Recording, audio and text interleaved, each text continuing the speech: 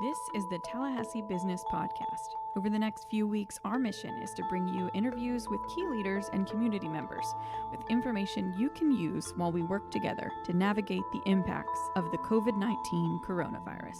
The Tallahassee Business Podcast is presented by the 223 Agency, a digital relations firm. Hey there, Tallahassee. Jay Rebel here. Welcome to another special edition of the Tallahassee Business Podcast. We're coming to you on a weekly basis right now as our community is dealing with the effects of the COVID-19 coronavirus pandemic and the total upending of our normal day-to-day series of economic activities that we have here in this community. We're very proud to have a strong business community here in Tallahassee. We've got amazing companies that are doing amazing things. I hope you've seen and heard some of the things that our team has been producing about our Jobs Now initiative. If you haven't seen that, I would encourage you to go to our website, www.talchamber.com, to learn more. But today we've got another great episode of the Tallahassee Business Podcast coming to you. We've got two guests from one of Tallahassee's most well-known and a wonderful foundation of our legal community firm, Osley McMullen Law Firm.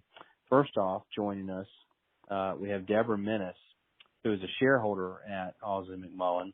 And today on the show, Deborah and later Ruth Bavick is going to join us as well to talk about the Family First Coronavirus Response Act.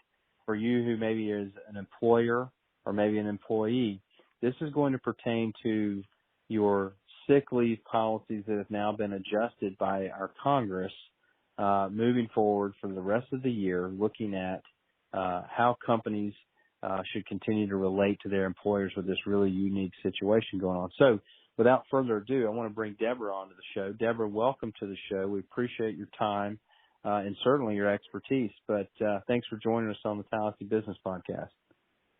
Oh, and thank you very much, Jay. And I also want to thank the Chamber and everyone in the Tallahassee community for being willing to listen to me talk about this really unique situation. I've been practicing in the area of employment for over 30 years, and to have Congress and then the Department of Labor to put together a law and regulations this quickly, I don't think I've ever seen that happen. Well, they certainly don't make a habit out of moving fast up there in Washington, but I think everyone's very thankful that they have been timely of late. Obviously, between the CARES Act and the variety of stimulus spending that's coming out of D.C., that's a huge thing, which we've talked about here on this show and we'll continue to talk about. But it's also very important to focus in on that, again, that employer-employee relationship and changes that are happening in that pipeline right now. And Deborah, can you just paint us a little bit of the picture before we jump in of what your expertise in the field of law looks like, and just tell us a little bit about yourself before we jump into that whole discussion? Yeah, I would be happy to. I've been a practicing attorney, and I've always been in the Tallahassee area for over 30 years. I started with the Attorney General's office and started out doing civil rights and then moved into the employment defense area. And I've basically been doing employment defense generally for employers for almost my entire 30 years of practice. I joined the Osley Law Firm in 1991 and became a shareholder in about 1992-ish, after about a year or so, and continue to do employment defense.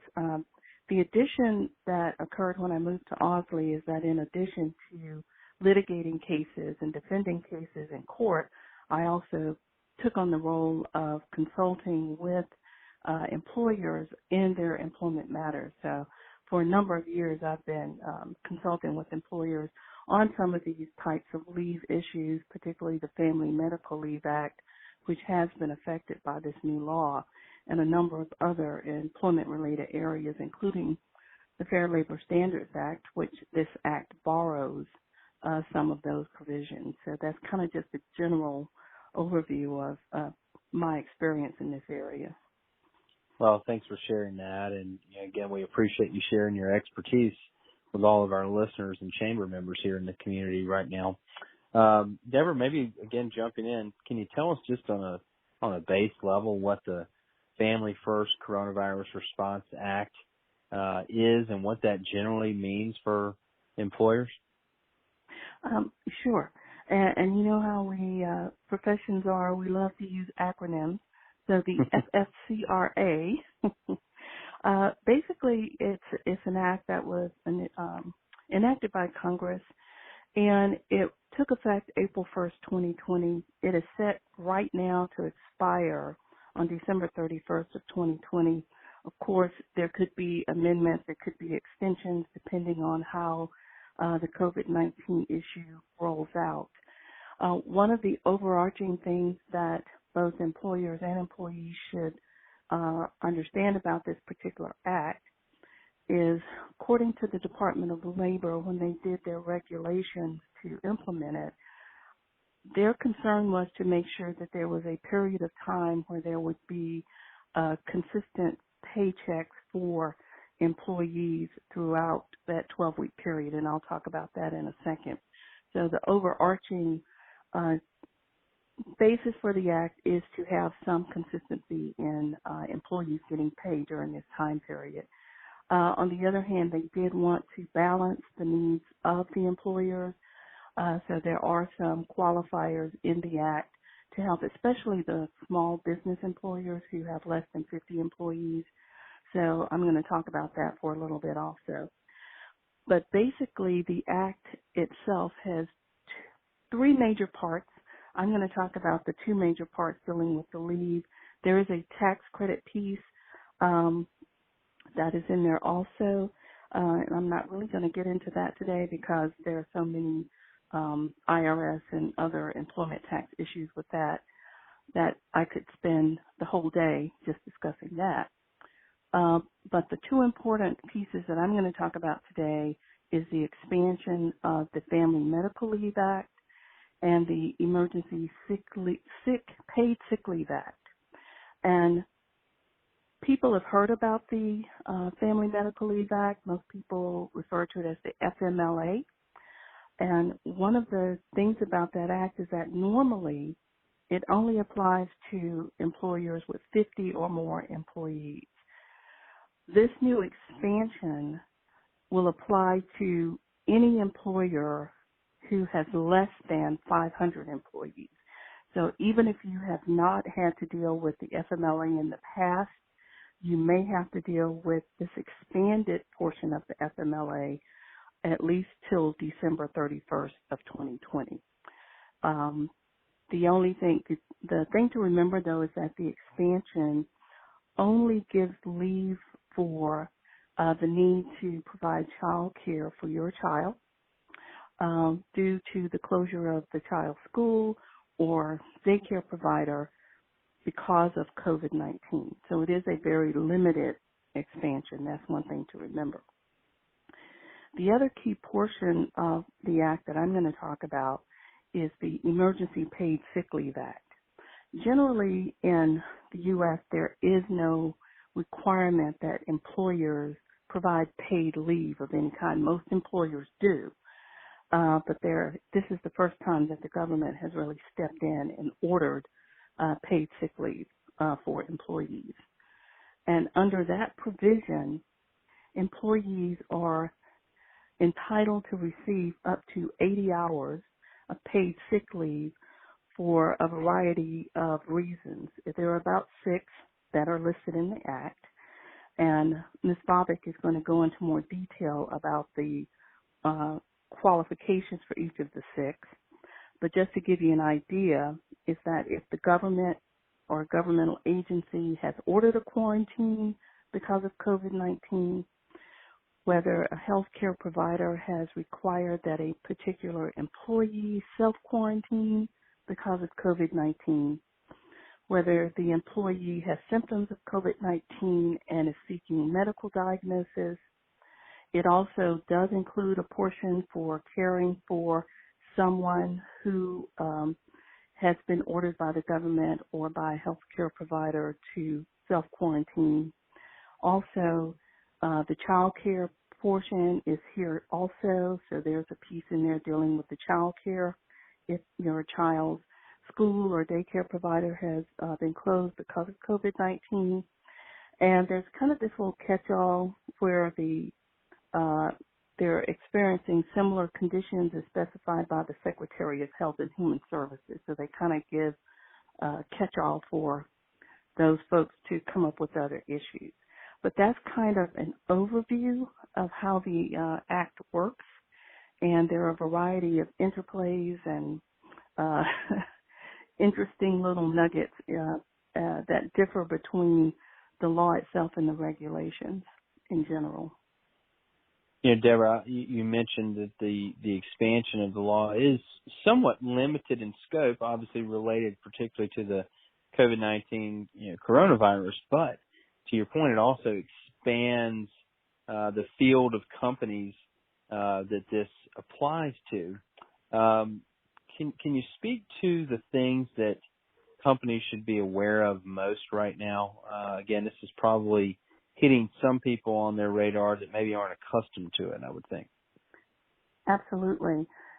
As indicated, the Act overall applies to any private company that has fewer than 500 employees. Now, it also applies to governmental and public agencies regardless of the number of employees working for that particular agency. So it's going to apply if you're a governmental or public agency. But for the companies with fewer than 500 employees, as I indicated earlier, most of the smaller companies with less than 50 employees, FMLA was not even on their radar. They have no idea what's involved in that.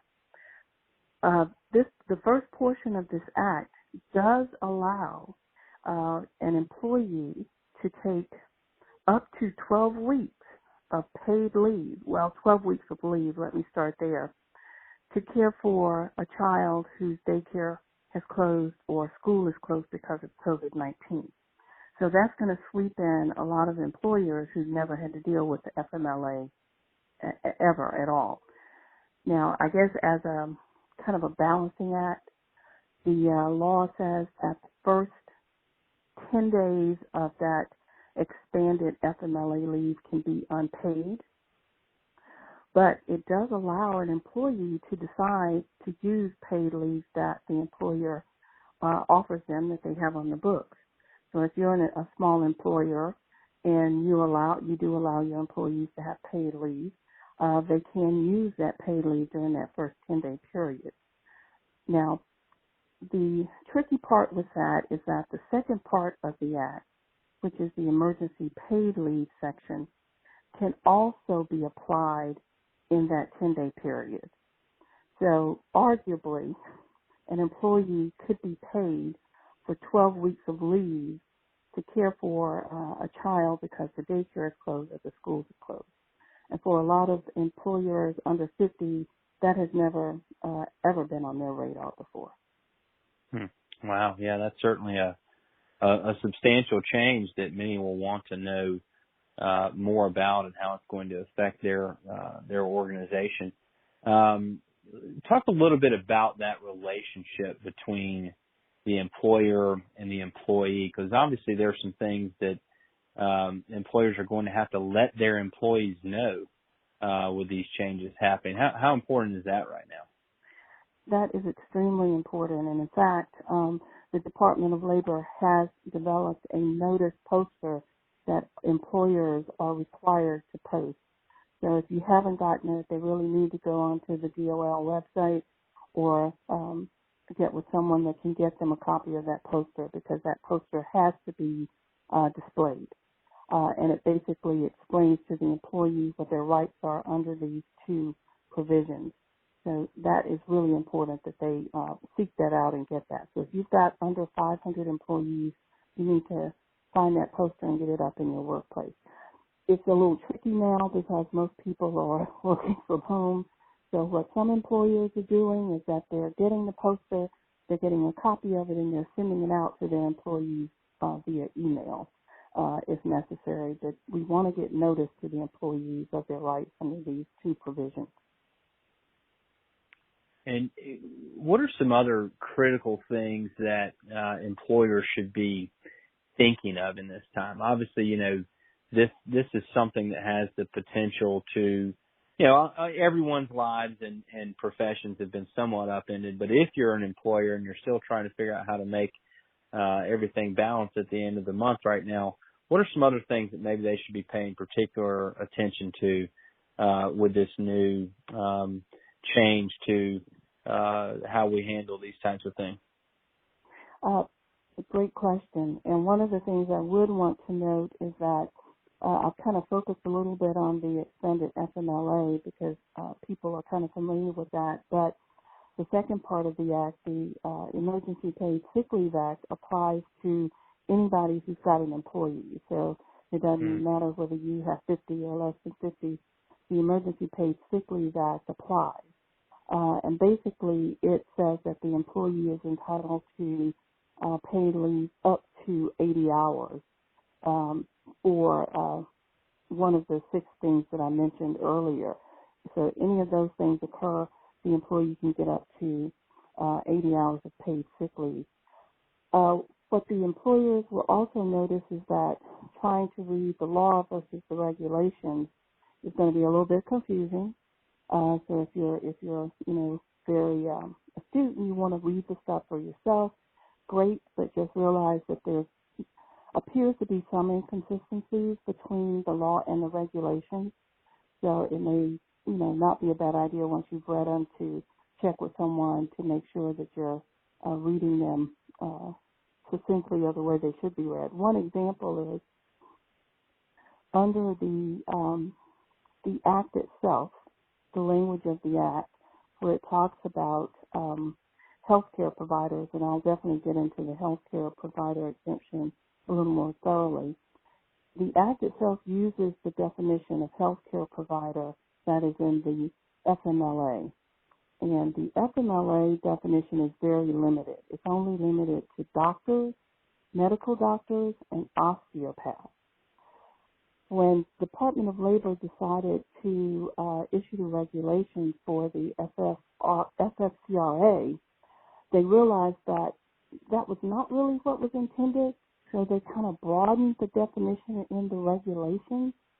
And when you read the regulations, it basically says if you work for a doctor's office or a healthcare provider's office, then they can exclude you from taking leave. Your employer can't. Well, you have to be a little careful with that, the employers do, because that is not the actual language of the statute that Congress issued. But if you look back at the rationale given by Department of Labor for why they did what they did, their concern was that the FMLA definition was a little too narrow, that one of the things that was intended was to allow a healthcare provider who had employees who could help combat COVID-19 or who were needed to keep their offices, for example, hospitals and other healthcare facilities were important people to keep those entities running so they could also combat COVID-19. But they were going to broaden the definition to include those types of individuals also. So I would issue a caution to healthcare providers. If you are going to exclude an employee from being able to take leave, you need to check and make sure that the person you're going to exclude fits within kind of the auspices of what the Department of Labor said it was intending to do with that definition. That way, if you're challenged about the exclusion, you could arguably have, a way to defend the reason you made the decision you made, because the language is very different. That's interesting. You had mentioned earlier some exemptions, maybe that are in the works that are related to this. Anything people should be on the lookout for on that front? Well, as I indicated, for the healthcare providers, if you have an employee, for example, you are a hospital, this might be a bad example, but you're a hospital and the person is not actually a doctor or a nurse, but they're needed to keep the hospital up and running, you can arguably tell that person they can't take the leave. But I would say document your reasons for why telling that person you can't take the leave, because the argument can be made that if this person is essential to keep the hospital running, and the hospital needs to stay running to combat COVID-19, then arguably you have an argument against giving the person the leave. Another exemption outside of the healthcare provider arena is for the small businesses, because there are a number of businesses out there with less than 50 employees. And the Department of Labor, took that into consideration. And so in their regulations, they have provided a way that a small business with less than 50 employees can exempt itself from the provisions of this act. And basically what they allow the small business to do is that an authorized officer of the business has to make a determination that, one, the leave requested would result in small business expenses and financial obligations exceeding the business's revenue that would cause the business to cease operating at a minimal capacity. And that's very important. It's not, can I continue to operate at maximum capacity or at the capacity I was before COVID-19, but whatever your minimum you need to keep operating. If providing the leave to the employees would put your financial obligations above that, then you may be able to exempt yourself. The other way that they can exempt themselves is if the absence of the employee would entail a substantial risk to the financial health of the operations capabilities because of their specialized skills, knowledge of the business, or responsibilities. So that's another way you could exempt yourself from the leave if you're a small business, meaning less than 50 employees, or where you don't have enough sufficient workers who are able or willing or qualified to come to work at the time and place needed to perform the labor, and the labor and services are needed for the small business to operate at minimal capacity. Again, the key word there being minimal capacity, not maximizing, not maybe where you were, but what's the minimum you need to keep operating. So those are the exemptions that they have provided for the small business employer. It's the employer's responsibility to document that decision, document why they believe that to be the case, and maintain the documentation. So when asked, they can provide it to the appropriate agency to show that they validly exempted themselves. Fascinating. It sounds like, Deborah, that businesses do have some options here, but there is a lot to know and a lot to understand. And again, your expertise in this field and getting seasoned in these details pretty quickly, I know, is certainly unique for the profession. But we appreciate everything that you've been able to offer. Is there anything else that you'd like to add for folks to know before we kick it over to Ruth from your team to discuss a little bit more in depth? I would like to again point out to the audience that there is an interplay between these two parts. For example, the extended FMLA, the first 10 days they say is unpaid, but the employee can use the leave under the Emergency Paid Sick Leave Act to cover those 10 days, or paid time off that the employer has already given them. Also, there's another little nuance difference between the regulations and the language of the Act. The Act uses the term 10 days. The regulation uses 2 weeks as far as being able to apply the emergency paid sick leave, because when they were trying to put together the regulations, they realized that not everybody works 8 days a week, 8 hours a day, 5 days a week. So that's kind of, I think, where they got the 10 days for the language in the Act. But you could have someone who works 12 hours a day for 3 days a week. So, they work 72 hours, but they're only working a total of 6 days. So arguably they would be short 4 days if you use the 10-day language. So Oh, yeah. they were trying to, so with the regs, they tried to solve that problem by saying 2 weeks instead of 10 days. So that's just to say that there are a lot of little landmines and potholes in this particular scenario as between the act itself and the regulations. So it's better, if in doubt, to contact someone and not just read it on face value, because there's a lot going on behind the scenes and a lot of interplay between those two provisions that have to kind of be worked out together. And I think Ms. Bobick is going to get into this a little bit more, the difference between using intermittent leave. I know that I've had some questions about that. Can they use intermittent leave under the expanded FMLA? Well, it depends on which one you're asking for. And can you use intermittent leave under the Emergency Paid Sick Leave Act? Well, it depends on which scenario you're going under. So there's a lot of moving parts, shall we say.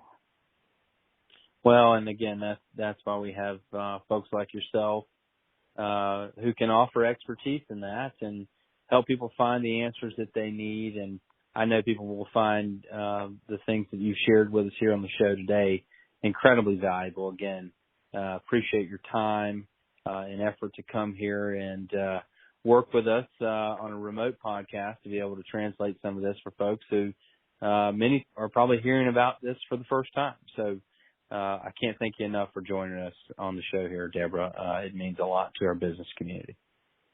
Oh, and I definitely appreciate the opportunity to talk with you and all of the folks in Tallahassee about this issue.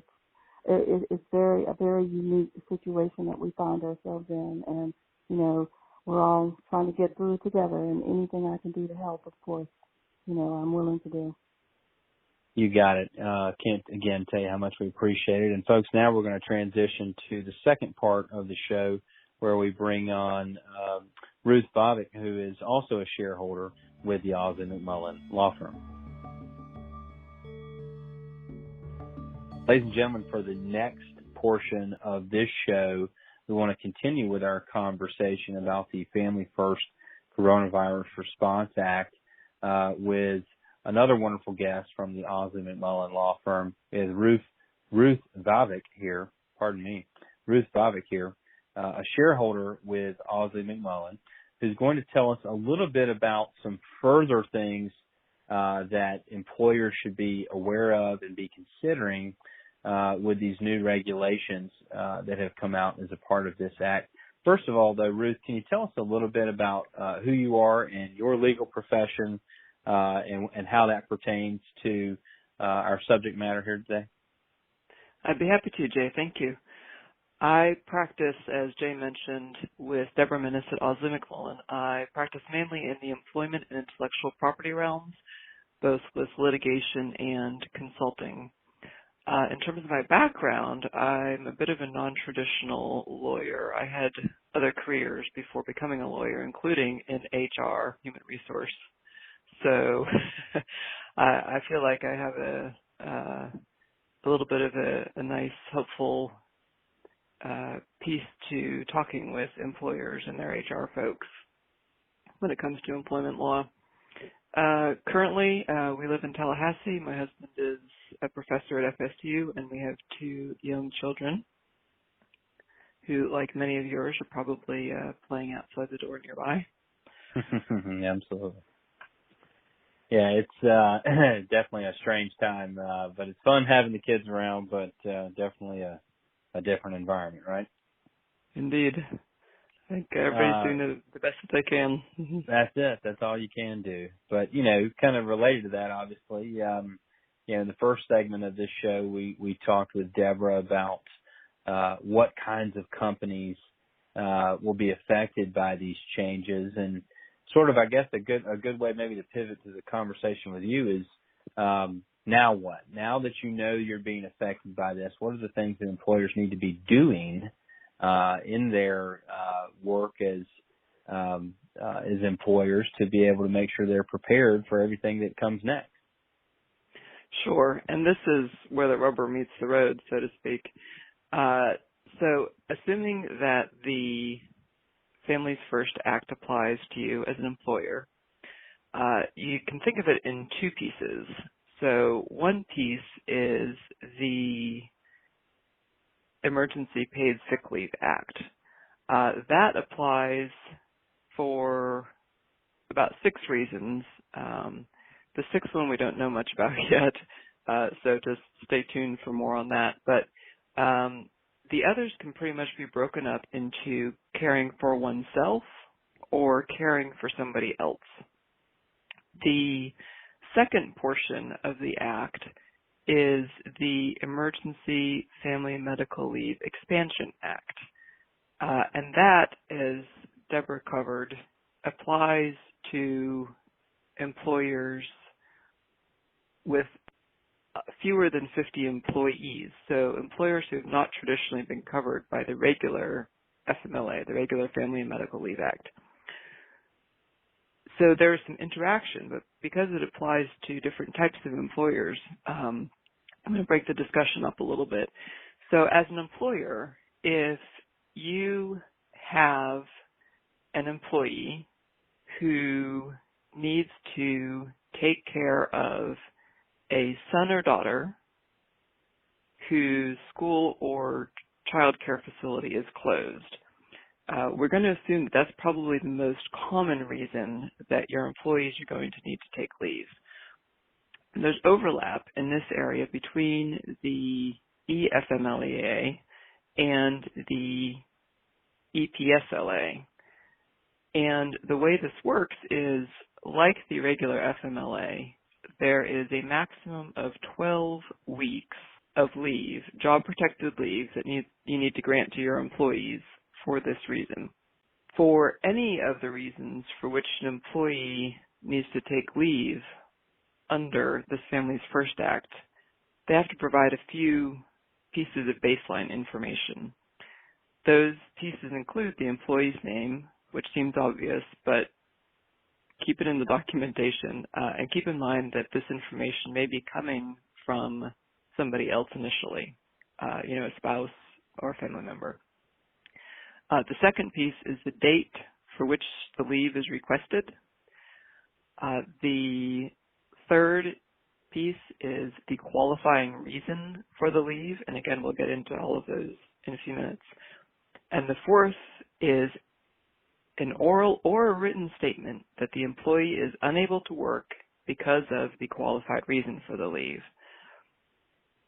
So if you have an employee who needs to take care of a child who's out of school or daycare, then you need those pieces of information that we just discussed. But you also need, and I'm saying need because if you are seeking a tax credit, a payroll tax credit, then you'll need to keep all of this documentation, and you're supposed to keep it for 4 years.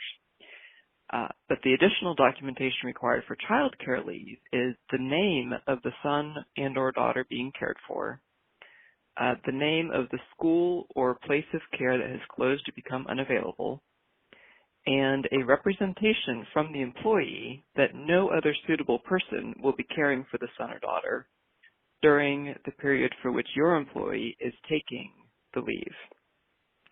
Now, this seems to make sense. What it means essentially is that you don't have two parents both taking care of the kids if they don't need to be. So if the employee who's seeking the leave has somebody else who can take care of the child or children, then it's not required, obviously. So then you're not obligated to provide them paid leave as an employer. The other bit of a tweak for this reason for taking this leave is that you can, if the employer and the employee agree, provide the leave intermittently. Now, this is unlike leave under the Families First Act for any of the other reasons. If you as the employer agree with the employee to provide intermittent leave for child care reasons, then you may do that. Now, again, keep in mind, this all needs to be documented somehow.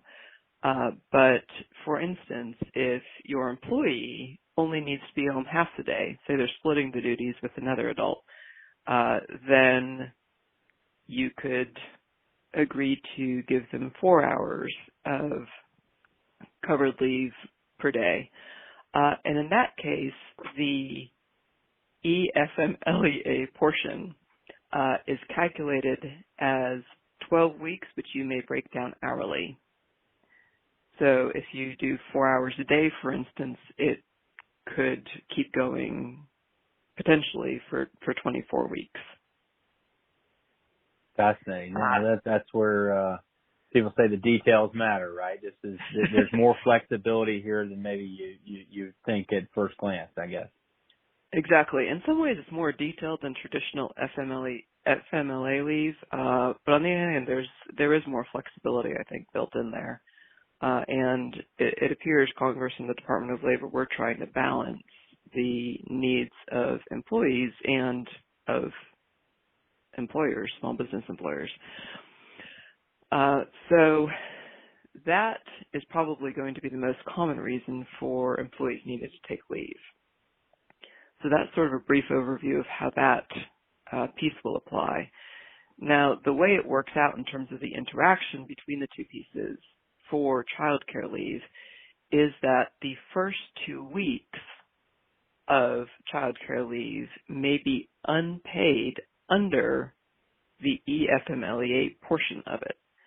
Now, if the employee has extended paid sick leave still available, so they haven't taken it yet, then those two periods run concurrently. And again, the extended paid sick leave period is 80 hours or 2 work weeks.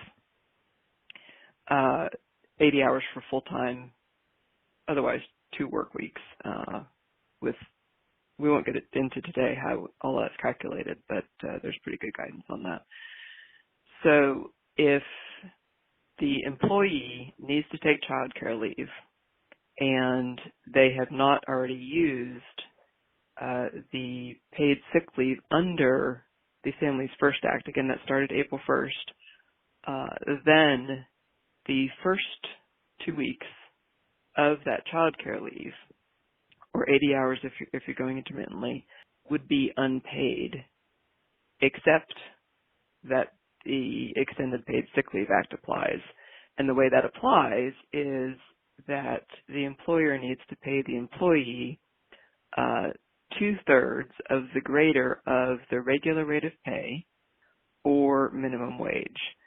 And that amount, though, is capped at $200 per day, or $2,000 over that course of 2 weeks or 80 hours.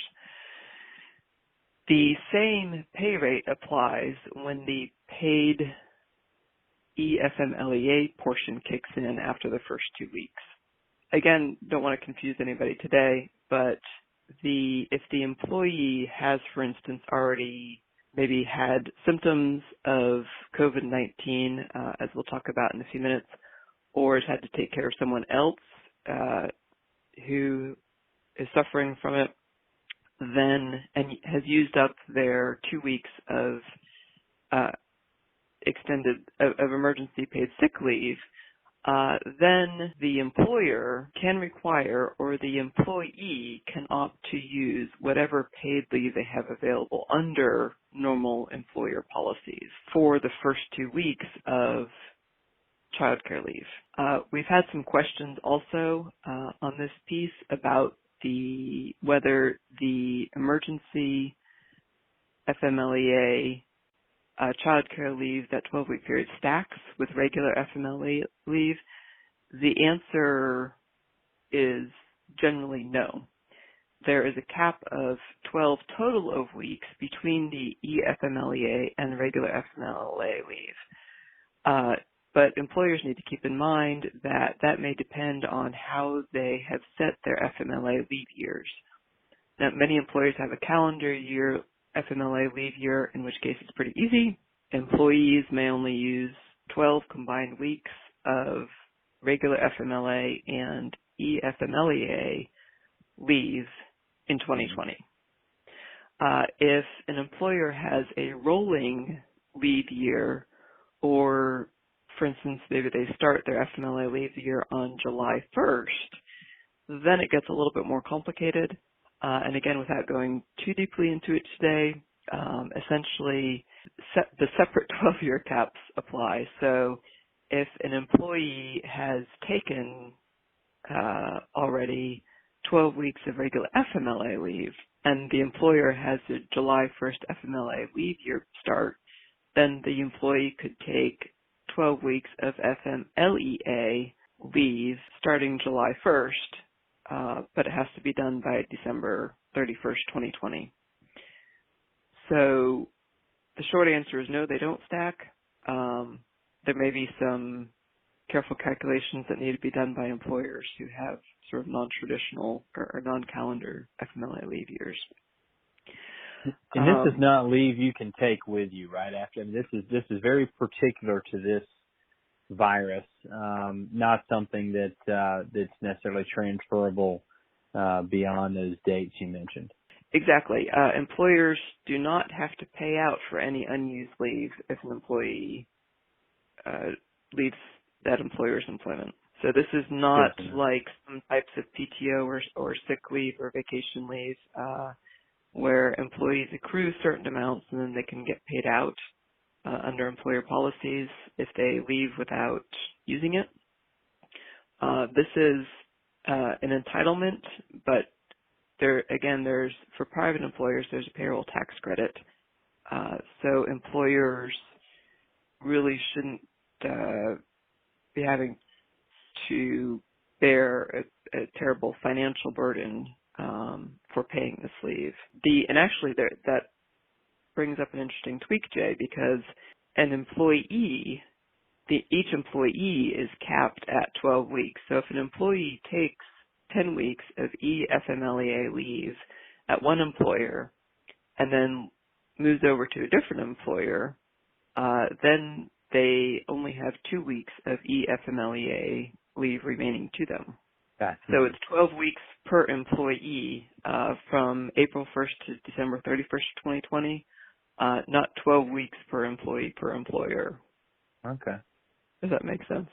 It does, yeah. Well, and I'm sure, as these types of scenarios, we can sit here and try to explain through them, a lot of hypotheticals, but as scenarios are starting to actually develop around this, probably pretty frequently in the coming weeks, you'll be having these kinds of conversations with folks. Y'all's teams will be talking with people about, again, these real life situations that employers are going through as their employees are struggling. Any general advice in that category for things people should be thinking about as a scenario like this starts to present itself maybe within a company? Well, as probably every other employment lawyer will say, document. Mm-hmm. Document everything.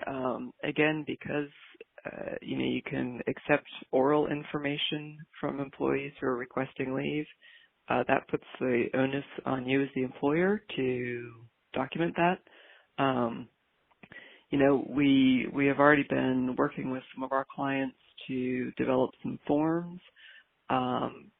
But the new Department of Labor regulations are fairly, I'd say, restrictive. I can't say that they strike the wrong balance, but you can't require a whole lot as an employer from your employees to document the reasons they're taking the leave. So it really requires a little bit of good faith on both sides to make it all work. As Deborah may have mentioned too, because this law and these regulations were put together pretty quickly, when it comes down to interpretation, courts and the Department of Labor are going to look probably at the guidance and legislative intent, which really seems to be, we don't want to make employers go out of business with these requirements. But in order to tamp down on this pandemic, we really need to allow employees to take leave when they need to take it. for these qualifying reasons. So judiciously is a word that appears in the guidance from the Department of Labor. And whether you call it gray area or whether you call it flexibility, that there is some room in here where we don't necessarily know the answers right now. So it's really going to depend on the facts and circumstances of the case.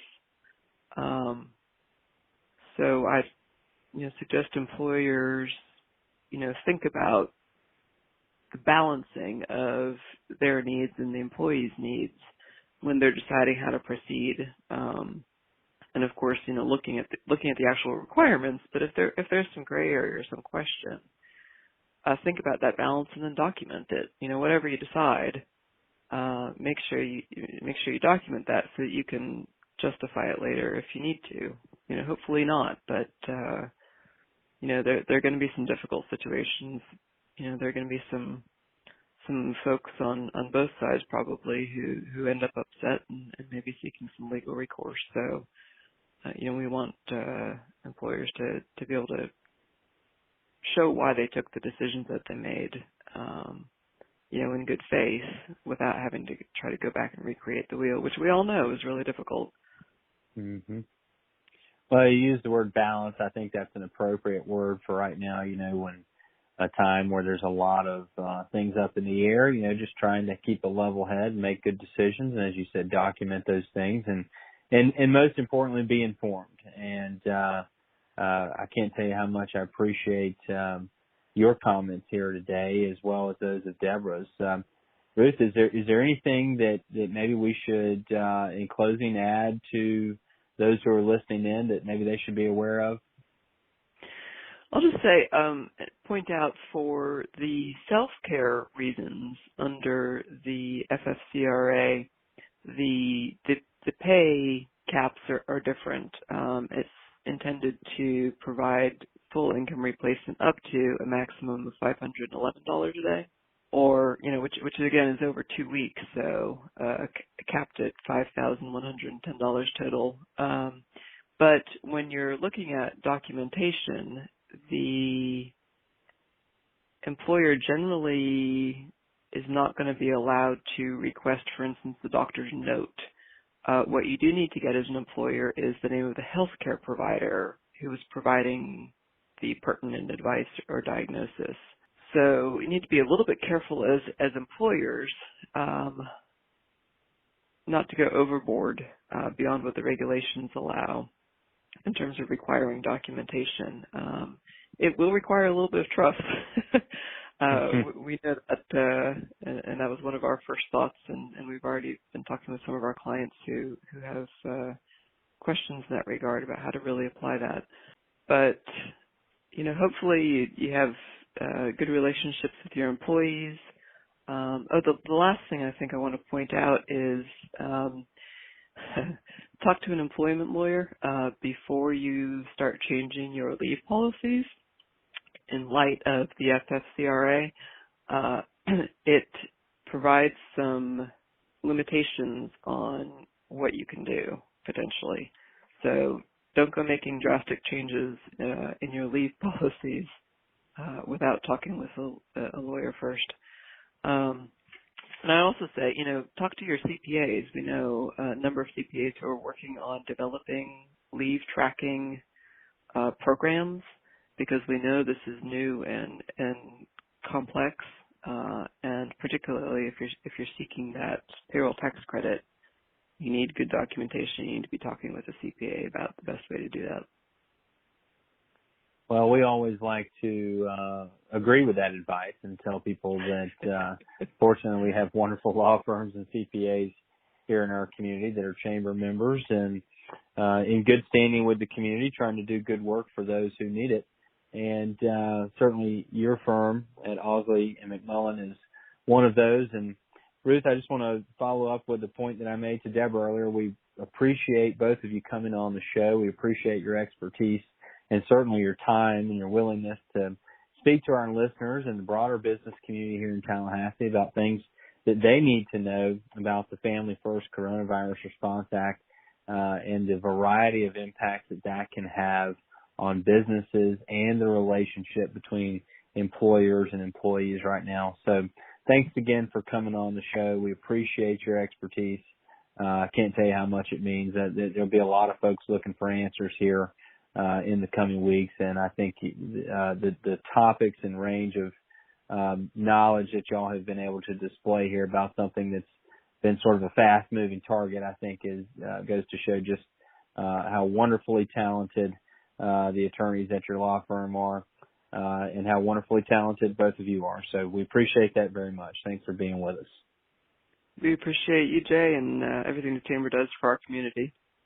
You got it. Well, we're happy to be doing it. And folks, if we appreciate you listening to the show as always. We have been bringing you these Tallahassee Business Podcast special edition episodes related to the COVID-19 coronavirus, and we'll continue to do so. But we appreciate everything that you do as Chamber members, as part of our business community, to help us all get through this together. This is certainly a strange and unique time, and one that we all have to lean on each other more than maybe even we usually do to get through it in a safe and sound way. So thanks for listening. Thanks for being a part of our community. Best wishes to all of you who are paying attention to our weekly shows right now. We appreciate you listening in. And as always, you can find this episode and all episodes of the Tallahassee Business Podcast available on your favorite listening device or at our homepage, www.talchamber.com. That's TAL chamber.com, where you can also find a wide variety of resources available to businesses right now with the COVID-19 pandemic.